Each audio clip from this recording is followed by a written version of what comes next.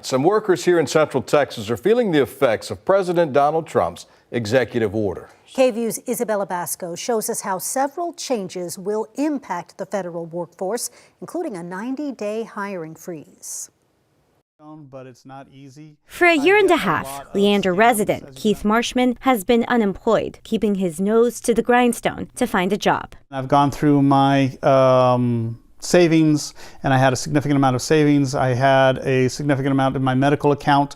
That's gone now. I'm basically living off credit cards. Marshman says he has a chronic condition and needs a job with more sedentary work. I'm older.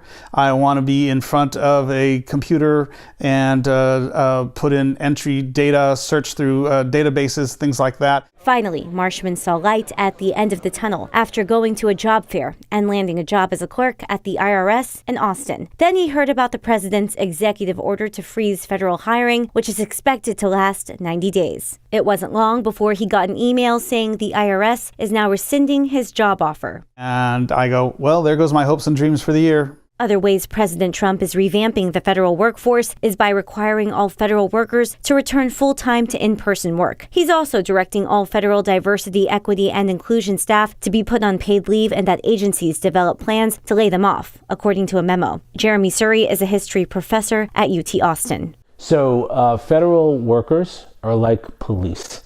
We complain about them all the time, but we need them.